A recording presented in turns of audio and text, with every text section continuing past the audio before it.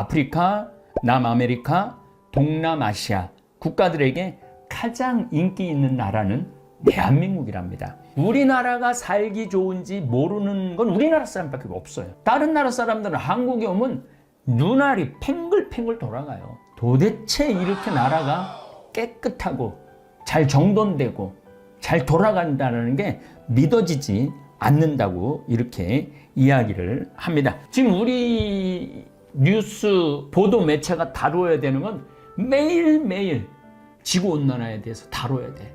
그리고 지금 유럽이나 이런 나라들은 에너지 절약해야 된다. 그래서 어떻게 하면 석유를 들 수 있느냐, 차량을 덜 운행을 할 수 있느냐, 이런 운동을 하고 있어요. 근데 우리나라는 그런 얘기 온데간데 없고, 대한민국이 지금 직면한 문제는 어느 후보 장관 비리가 아닙니다. 미국의 인플레이션을 따라갈 수밖에 없는 한국 경제, 비트코인, 가상화폐로 피해를 보는 젊은이들, 인구 절벽, 이거는 매일 다뤄야 되는 문제예요. 애 안 낳는 거. 그냥 우리나라는 그냥 급격하게 일본처럼 망해가는 거예요. 현재 제3국, 그러니까 가난한 나라죠. 아프리카, 남아메리카, 동남아시아 국가들에게 가장 인기 있는 나라는 대한민국이랍니다.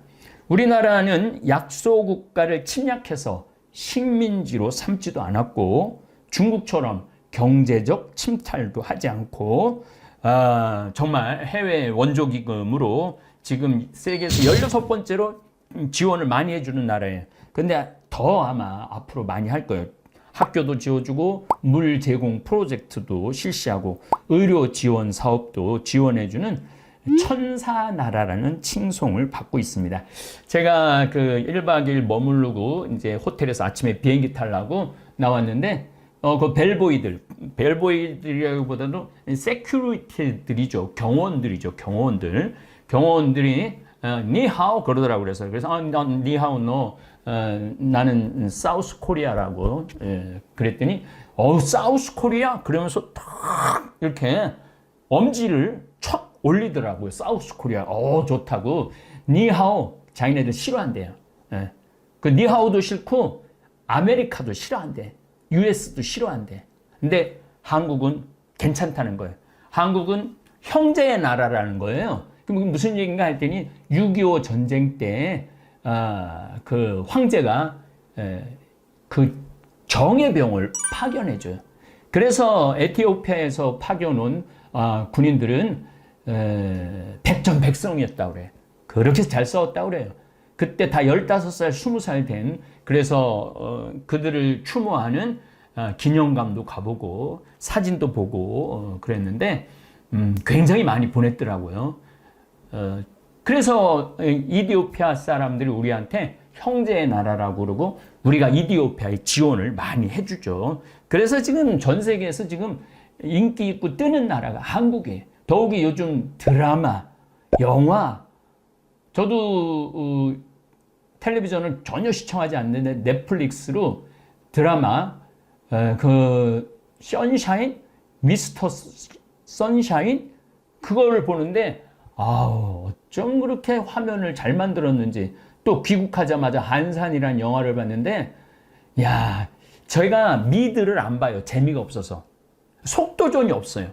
미국 드라마를 보면 저 애들 장난하는 거야 뭐야. 근데 우리들의 블루스도 다 이제 잠비아, 이디오피아, 미국 다니면서 우리들의 블루스도 다 봤고 하도 재밌다고 그래갖고 그것도 다 봤어요.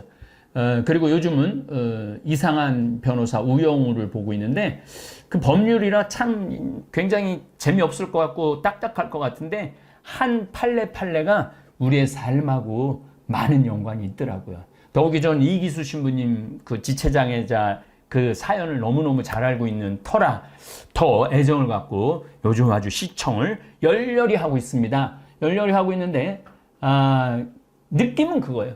어쩜 저렇게 샷을 잘 잡을까? 어쩜 저렇게 음악을 잘 섞을까? 우리나라 연기자들 어쩜 저렇게 연기를 잘할까? 놀라울 정도로. 그러니까 우리나라 드라마, 우리나라 음악에 지금 전 세계가 아주 매료되어 있죠. 그래서 사우스 코리아 그럼 다 이거예요. 어딜 가나 사우스 코리아 그럼 이거예요. 참 기분 좋은 그러한 40일간의 여행을 했습니다.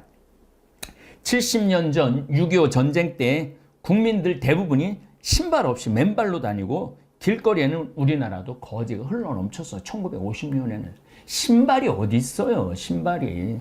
저도 어렸을 때 제 기억으로는 뭐 어머니가 검정고무신 사주셨다 그러는데 집신, 아버지가 꽈준 집신 신고 다녔던 세대예요. 놀랍게도. 그러니까 뛰어놀 때는 되게 맨발로 뛰어놀았어요. 동네에서 뛰어놀 때는.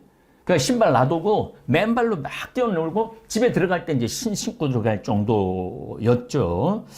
근데 그 에티오피아 수도인 아디스아바바 하루 여행을 했을 때 길거리의 반 이상이 거지에 거지. 가는 데마다 먹을 거 달라고 손 비비면서 먹을 거 달라고 돈 좀 달라고 돈 좀 달라고 배고프다고. 마치 우리 어렸을 때 미국 지프차가 지나가면 김미 초콜릿 그리고 지프차 따라다녔던 시절이 떠오릅니다. 그래도 저는 자존심이 있어서 그런지 미군 지프차 지나가도 한 번도 따라가면서 김미 초콜릿이라는 말은 저는 한 적은 없어요. 애들이 근데 막 바글바글 따라다녔던 그 기억이 났습니다. 그리고 너무 불쌍해요. 그래갖고 호텔에서 빵 5개를 내 가방에다 집어넣고 정말로 빵을 직접 주는 게 제일 나아요. 돈을 좀 뺏기니까. 그래갖고 빵을 5개를 나눠줬던 기억도 납니다. 먹는 게 없으니까 뼈골이 앙상하죠. 거의 저도 뼈골이 앙상하잖아요. 굶주림에 시달리는 국민들이 길거리에 흘러 넘쳤습니다. 미국에 가면 내가 미국을 가면 갈수록 한국 참 살기 좋은 나라다 감탄을 합니다. 대한민국이 이제 국가기반시설이나 국민 수준이 미국과 견주어도 하나도 어색하지 않는 내 나라 대한민국 생각하면 가슴이 벅차오릅니다. 전 요즘 다볼사이버 교우들하고 만날 기회가 몇 번 있었어요. 6월 6일 날 다볼사이버 성당 설립 1주년 미사 때 그 교우들의 행동 하나하나 말 하나하나 또 나를 찾아오는 초등학생들도 얼마나 예의가 바르고 아이들이 자신감이 있는지. 또 8월 19일 최양업 신부님 성지순례 시작을 했습니다. 18분의 교우하고 청전동, 서부동 우리 교우들하고 40분이 순례를 했는데 대화를 들어보면요 수준이 정말로 높아요. 뭐 수준이 높은 거가 제 영향도 좀 있는 것 같아요. 제 강의를 달달달달 외우더라고요. 쓴 것만 내 돈이야. 내 인생의 주인공은 나야. 나한테 선물을 나한테 해줘야 돼. 남한테 기대면 안 돼. 이런 말이 아주 자연스럽게 이렇게 나오는 걸 보면서 저 역시 좀 내가 한 30년 동안 그렇게 강의 다닌 보람이 좀 있구나. 그런 생각을 합니다. 대한민국 생각하면 자랑스러운 일이 한두 가지가 아니죠. 잘 발달된 도로망. 제가 어렸을 때가 뭐예요? 어렸을 때도 뭐 마찬가지지만 경부고속도로 다닐 때 또 평택 비전동 본당신부 27년 전에 본당신부 다녔을 때 4차선이었어요. 근데 이제 10차선으로 늘어났어요. 27년 만에. 그런 걸 보면서도 가슴이 뿌듯하죠. 철도망, 이 KTX 고속철 타보면은 이게 가는 건지 오는 건지도 모를 정도로 부드럽게 운행이 되고 아주 빨리 우리를 목적지에 데려다 주죠. 심지어 공항 운행도 잘 발달되어 있어 갖고 제가 제주도 갈 때 아침에 한 10시 비행기 타면은 11시에 도착합니다. 그럼 뭐 하루 종일 일 보고 그날 또 올라올 수 있어요. 그래서 많은 분들이 제주도 분들이 아침에 비행기를 타서 오전에 명동에 와서 실컷 쇼핑하고 친구들하고 수다 떨다가 4시쯤 비행기로 제주도로 돌아가는 시스템까지 갖추어져 있습니다. 고속열차도 잘 연결이 돼 있어 갖고 강릉 성당, 제가 한번 강릉 강의를 갔는데 노인대학을 갔더니 우리 신부님 다음 주에 명동 갔다 온다고. 어떻게 명동을 하루 만에 갔다, 신부님 모르는 소리 하지 말라고. KTX 강릉 거기 딱 타면은 1시간 반인가 50분 걸린대요. 뭐, 청량리나 서울역. 그래갖고 그 서울역에서 내리면 명동은 금방이라는 거예요. 그 명동에 갖고 성당 갖고 미사 참여하고 점심 또 그 먹자골에서 점심 먹고 또 눈 쇼핑, 아이 쇼핑하고 그리고 4시쯤 기차 타고 들어와서 저녁 먹으면 된다는 거예요. 그리고 강릉에 카페 커피 거리가 있는데 거기서 커피 한 잔 착 마시고 들어간다고. 야, 이게 상상할 수 없는 일들이 우리 주위에 벌어지고 있어요. 우리나라가 살기 좋은지 모르는 건 우리나라 사람밖에 없어요. 다른 나라 사람들은 한국에 오면 눈알이 팽글팽글 돌아가요. 도대체 이렇게 나라가 깨끗하고 잘 정돈되고 잘 돌아간다는 게 믿어지지 않는다고 이렇게 이야기를 합니다. 뉴욕, LA에서는 상상도 할 수 없는 교통 시스템이죠. 그 최양욱 신부님 성지순례 갔다 왔는데 우리 차에 탄 분들이 그러니 다 70이 넘은 분들이에요. 근데 그러더라고요. 택시를 타고 어떻게 와갖고 저 지하철 몇 번 선을 빠져갖고 거기서 택시를 타고 오는 걸 다 인터넷으로 검색을 해갖고 정확하게 7시 55분 이렇게 도착을 다 하더라고요. 그거 보면서도 야, 저기 서울에서 왔대는데 뭐 대전에서 왔대는데 야, 어떻게 저렇게 시간을 딱딱 맞출 수 있을까? 이거는 나가보지 않으면은 여러분들이 비교할 수가 없는 거죠. 통신망은 세계 최고 수준이라 스마트폰 하나면 비행기표 발권에서부터 은행 업무, 결제 시스템까지 척척 되어 있죠. 강의로 전 세계를 돌아다니면 비교할 수 있습니다. 저는 미국에 가도 유럽에 가도 브라질, 아르헨티나, 남미를 가도 특별히 동남아시아, 아프리카를 다닐 때마다 애국심이 불끈 솟아납니다. 어쨌든 잠비아 선교 여행까지 마치고 8월 3일에 입국했습니다. 꼭 40일 동안 세계를 돌아다니다가 입국한 저는 인천공항에서부터 또다시 대한민국 정말 좋다. 입국장을 통과할 때 1분이 안 걸려요. 그냥 통과해요. 그냥 통과해요. 그리고 사진 여기다가 입국할 때 QR코드만 딱 들이대면은 그냥 통과가 돼요. 그러니까 1분도 안 걸리는 거죠. QR코드 딱 보여주고 그냥 지나가면 되는 거니까. 그러면서 또 한번 깜짝 놀래죠. 미국 LA 지난번에도 6월 달에 갔다 왔지만 입국장 통과하는데 1시간 걸려요. 얘네들은 QR코드라는 것 자체를 몰라요. 그러니까 1시간 걸리는 거예요. 그리고 뭐 왜 왔니? 누구네 집에서 지낼 거니? 며칠 동안 머무를 거니? 이런 것도 다 물어봐. 근데 우리나라는 그런 거 안 물어봐요. 은돌라 공항, 잠비아 이번엔 새로 해갖고 너무너무 좋았는데 가면 보통 1시간에서 1시간 반 정도 걸려요. 몇 명 통과시키는데 100명 통과시키는데. 그래서 한국 밤거리를 다녀도 공포 위협을 모르고 사는 나라입니다. 미국에서 시내 밤거리를 활보한다. 그리고 완전 시내, 관광 시내가 아니라 한 블록 넘어선 미드타운 시내를 밤거리를 활보한다. 이거는 뭐 총 항상 이 목에 들이댈 각오를 하고 다녀야 되는 거예요. 이렇게 우리나라가 정말 평화로운 나라죠. 그래서 우리 미국 나를 그렇게 따르고 나를 하는 일에 협조하고 정말 다정다감한 우리 미국 교우들하고 가끔 싸울 때가 있어요. 내가 미국이 뭐냐, 한국이 살기 최고다, 신부님 믿기지 않습니다. 뭐가 그렇게 한국이 좋다고 그래. 세계 최고 미국인데 니네들 몰라 사는 소리지. 한국 한번 와봐라. 진짜 내가 한국을 한번 오면은 다 기절시켜 줄 수 있어요. 저는 사실은 뭐 명동이라든지 코엑스 거리라든지 또 123층 롯데타워도 가서 밥도 먹어봤죠. 그런데 잘 몰라요. 저도 잘 모르는데 그 친구들이 오면은 내가 기절시켜 줄 수 있어요. 그래서 내가 계속 오라고 그러는 거예요. 기절시켜 주려고. 대한민국의 그 아름다움, 잘 갖춰준 시스템. 어쨌든 저는 40일간의 여행을 중간에 코로나가 걸렸어요. 미국 몬태나 가면서 비행기 마스크 쓰는 사람이 한 사람도 없는 거예요. 그냥 나만 열심히 썼는데 어떻게 밥 먹을 때 이걸 벗을 수가 없잖아요. 그래갖고 걸려갖고 한 일주일 3일 갈갈갈거리고 3일은 뭐 격리하면서 일주일 만에 그냥 끝났는데 어쨌거나 하여튼 미국에 가서 하여튼 코로나도 걸렸어요. 그리고 이렇게 40일 만에 한국에 이렇게 들어왔어요. 이게요 40일 정도 있다가 한국에 들어왔을 때 그 한국을 다시 보게 되는 게 있어요. 저는 1년 6개월 동안 텔레비전 시청을 안 했습니다. 더욱이 뉴스 시청은 더더욱 안 했습니다.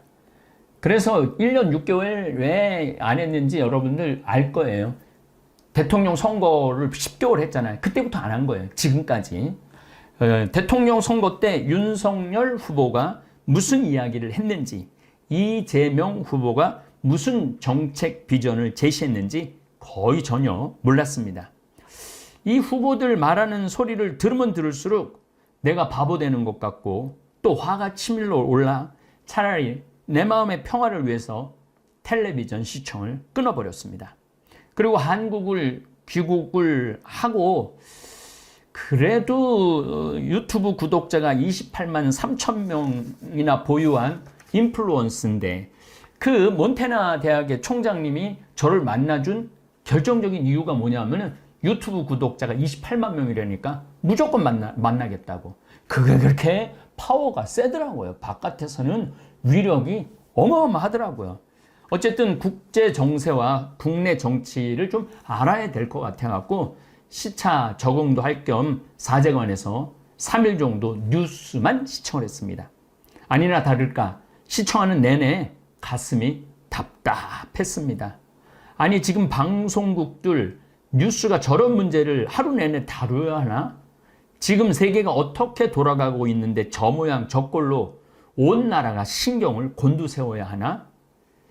그럼 무슨 문제로 제가 속이 답답하고 뒤집어졌는지 1년 6개월 동안 대한민국 정치 뉴스를 시청하지 않은 입장에서 말씀드리겠습니다. 우선 제가 뉴스 검색을 쫙 해봤어요. 2022년 7월 13일부터 2019년 11월에 탈북한 주민 16명을 죽이고 내려왔다며요. 주민 2명을 돌려보낸 사건을 한 달이 지난 8월 19일까지 오늘 어제까지 그러니까 지금 한 달 이상 넘게 뉴스와 신문지 일면을 도배를 했어요. 당연히 국민들은 탈북민 북송에 관한 이야기 속으로 빨려들 수밖에 없죠. 아니 지금 대한민국이 당면한 문제가 얼마나 심각한데 탈북민 2명을 북송시킨 사건이 한 달 내내 뉴스에 오르내려야 하는가 하는 문제입니다. 지금 대한민국가 당면한 가장 심각한 문제는 지구온난화와 그에 따른 피해 상황입니다. 여러분들 올 여름에 홍수 때문에 몇 명이 죽었는 줄 아세요? 17명이 죽었어요. 우리나라 국민이 17명이. 그 17명이 더 중요해요? 북송시킨 2사람이 더 중요해요? 나는 17명이 훨씬 중요하다고 생각해요. 그래서 왜 이렇게 홍수가 나고 지금도 파리가 지하철이 난리가 나고 데스밸리라고 LA에 있는 그 모하비 사막이 있는데 비가 와갖고 홍수가 나고 전 세계가 빙하가 잠실체육관 200개인가 300개짜리 빙하가 3일 만에 녹고 스페인하고 포르투갈은 산불이 나고 서유럽도 작년에는 독일 같은 경우 3일에 2m가 왔어요. 비가 2m, 3일에 2m면 여기 천정 있는 데까지 비가 온 거예요. 3일에 그 지역에. 그래갖고 수천 명이 죽었잖아요. 지금 우리 뉴스 보도 매체가 다뤄야 되는 건 매일매일 지구온난화에 대해서 다뤄야 돼. 그리고 지금 유럽이나 이런 나라들은 에너지 절약해야 된다. 그래서 어떻게 하면 석유를 들 수 있느냐, 차량을 덜 운행을 할 수 있느냐, 이런 운동을 하고 있어요. 근데 우리나라는 그런 얘기 온데간데 없고 그냥 탈북 주민 북송시킨 얘기로 청와대를 뒤집고 서로 발표를 하고 그런 모습을 보면서 뭐가 중요한디, 시방, 중요한 것들을 정치인들이 길을 잃어버리고 있는 것 같아요. 2030년, 이제 7년 남았습니다. 지구 종말의 끝을 볼 것이라고 제가 작년부터 강의를 했습니다. 올해는 이제 완전히 제가 귀국을 했으니까 더 많이 얘기할 거예요. 얼마나 지구가 지금 뭐 1초에 원자탄 5개, 히로시마에 떠진 게 5개인가 30개가 터지는 그런 열량을 지금 내고 있다는 거예요. 그러니까 그냥 1초에, 그러니까 수도 없는 원자폭탄이 지금 우리 주위에서 터지고 있는 거예요, 지금. 그러게 매일 다뤄져야 되는 문제지.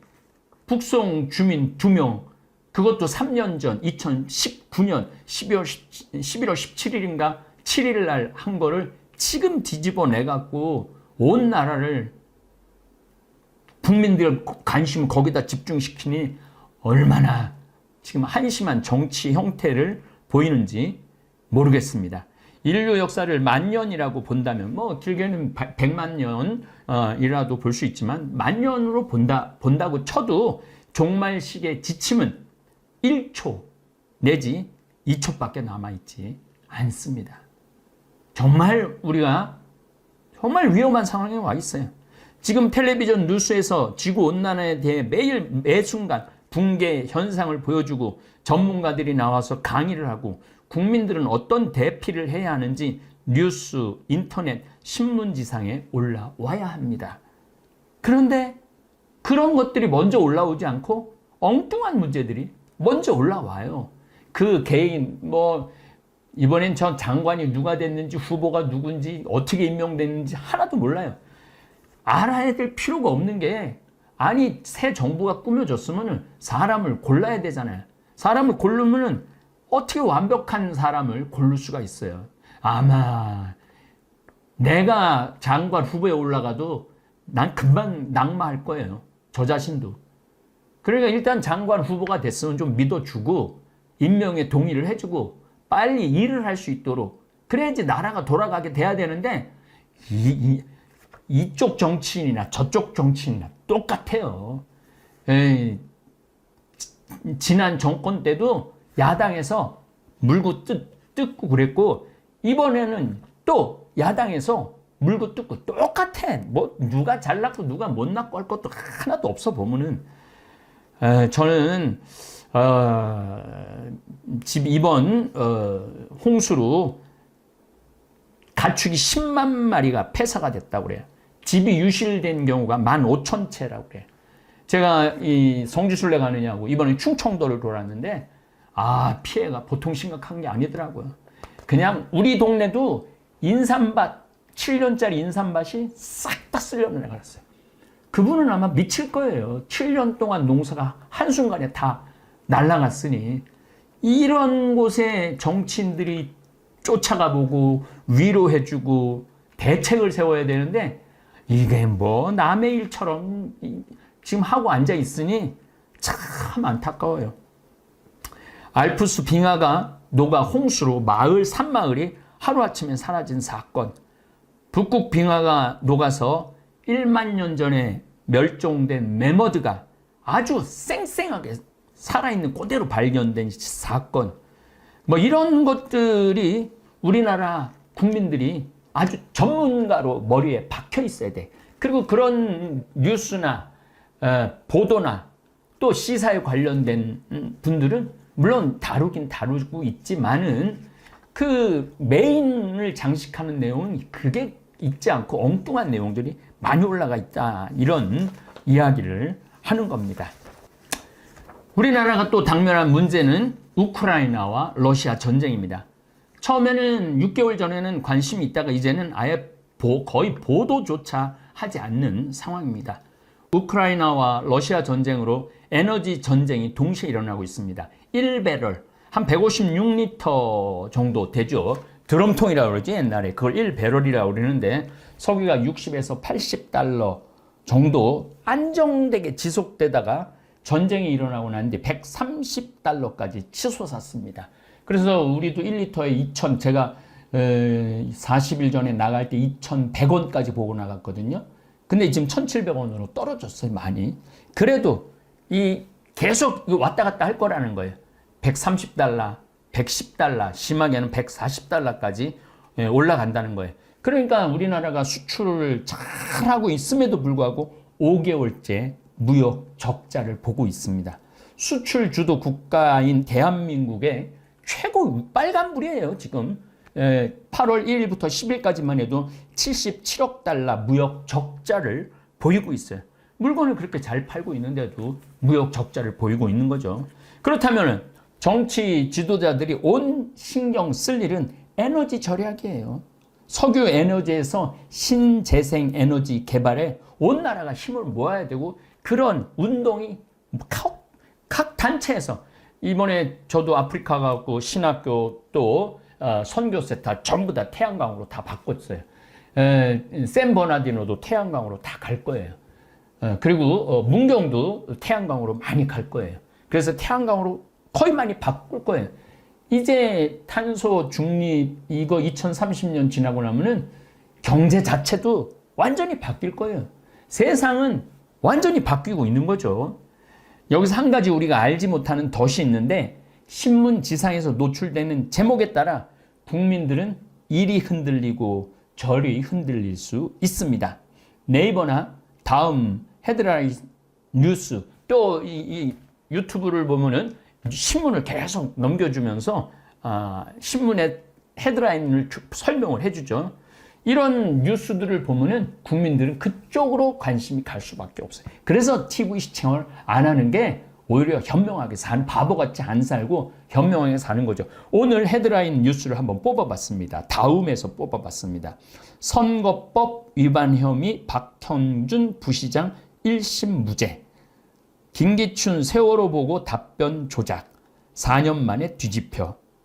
36세 영총리 광란의 섹시춤. 가처분 폭탄 던진 이준석의 여 부글부글. 너 죽고 나 죽자식.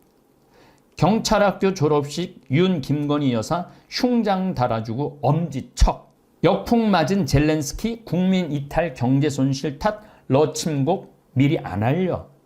정의 개발자만 곤란했다 현대차가 꾸리는 조직의 정체. 하와이 유튜브 찍다 칼 들고 협박 정창욱 셰프. 양쯔강까지 말라버린 중 올해 첫 국가 가문 경보. 이거 아주 중요한 문제죠, 이런 것들은. 근데 우리가 이걸 헤드라인 뉴스를 장식할 만한 내용, 굳이 무슨 유튜브가 칼 찔른 걸 이런 데 올려놓을 필요가 있는가? 저는 그런 생각해요. 침 놓고 안마 잘하고 머리 좋은 은여들 양반들에게 첩. 이렇게까지 할 필요가 있나? 그런 거예요. 람보르기니 100만 원에 가져가실 분 황당한 실제 차주는. 정경심 허리디스크 증세 호소 조국 부부 재판 일찍 종료. 참, 이 문제도 제가 나중에 한번 다룰 문제인데, 이 한 가족의 어떤 비리, 한 가족의 어떤 잘못, 이게 온 국민이 지금 몇 년째 시달리고 있는 거예요, 지금. 2년, 3년째 시달리고 있는 거 아니에요? 저는 이런 게 이해가 안 가요. 지금 우리가 앞에 문제를 다뤄야 되는데, 옛날 문제만 다 다루고 있잖아요.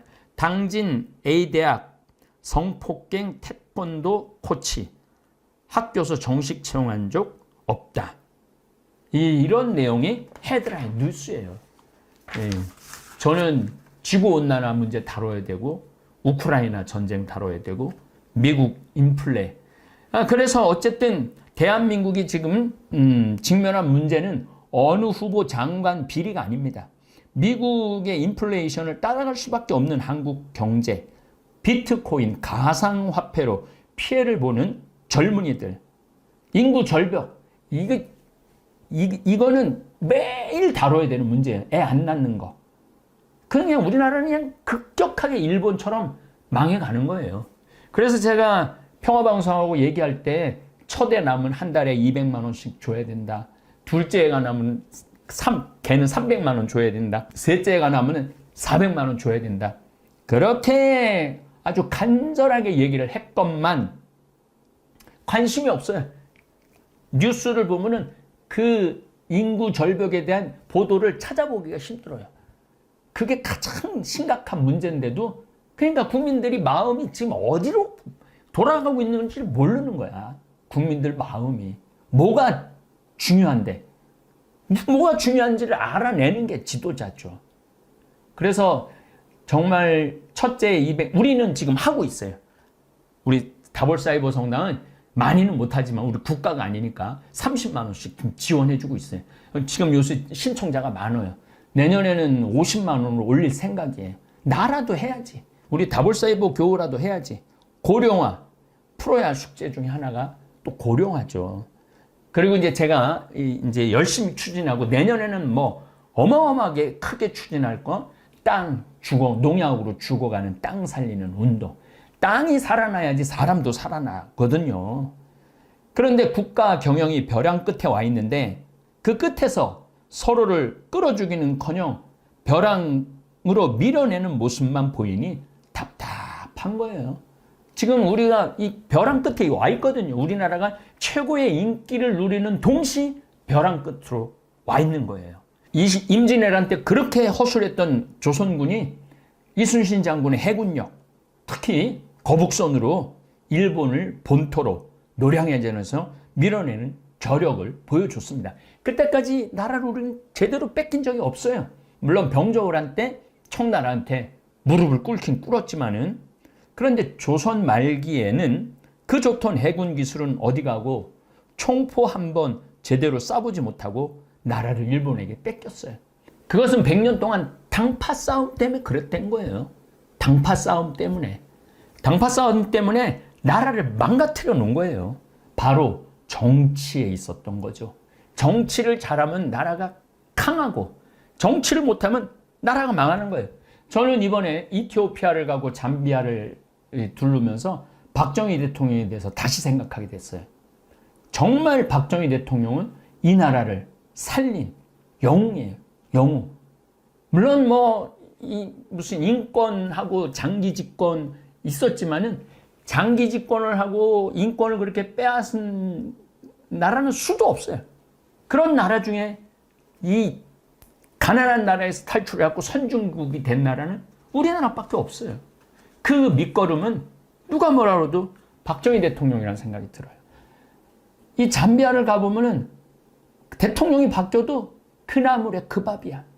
그 나물의 그 밥. 똑같아. 뭔가 아주 비장함이 없어. 비장함이. 근데 우리 어머니 아버지 세대 때 비장함이 있었잖아요. 중동에 가갖고 공사한 분들 비장한 각오가 있었잖아요. 독일에 광부로 갔던 간호사로 갔던 분들 비장한 각오로 간 거예요. 그리고 미국에 힘들게 유학 갔다 온 그 교수들이 이 나라 한번 살려보겠다고 정말 온 국민이 비장하게 그동안 한 50년을 끌어와갖고 여기까지 올려놓은 거야, 말하면은. 그런데 지금 요 정치인들이 이 말아먹고 있는 거예요. 말아먹고 있는 거예요. 그래서 결국은 우리가 이거 지켜나가야 된다고 생각합니다. 정치인들 욕하기 전 우리 다볼사이버 성당 교우들이 똘똘 뭉치면 영향을 미칠 수 있다고 생각합니다. 이제 곧 30만이 될 텐데 30만이 먹방을 보는 것도 아니고 30만이 무슨 집 이런 걸 보는 것도 아니고 우리 현안 문제, 이제 한국의 이해를 곧 시작할 텐데 이게 이제 한국의 이해 이제 시작하는 이제 준비 운동이에요. 저도 이제 귀국을 했으니 저 역시 지구가 겪는 수많은 문제 그리고 대한민국이 지금 겪는 문제를 좀 언급을 해야 되겠어요. 어차피 한국의 이해를 강의를 하려고 마음을 먹고 있으니까 그 준비도 어느 정도 끝났으니까 앞으로 우리 다볼 교우들하고 답답한 내 속을 좀 이야기를 나누고 우리 교우들하고 공감대를 형성해 보고 싶습니다. 다음에 또 이 답답한 문제 이런 현상에 대해서 또 이야기를 나누도록 하겠습니다. 예, 감사합니다. 오늘 강의 잘 들으셨나요? 현재 우리 대한민국이 직면한 문제로 신부님께서 크게 4가지를 말씀하셨습니다. 하나, 현재 한국 경제는 글로벌 불확실성과 내수 부진으로 어려움을 겪고 있습니다.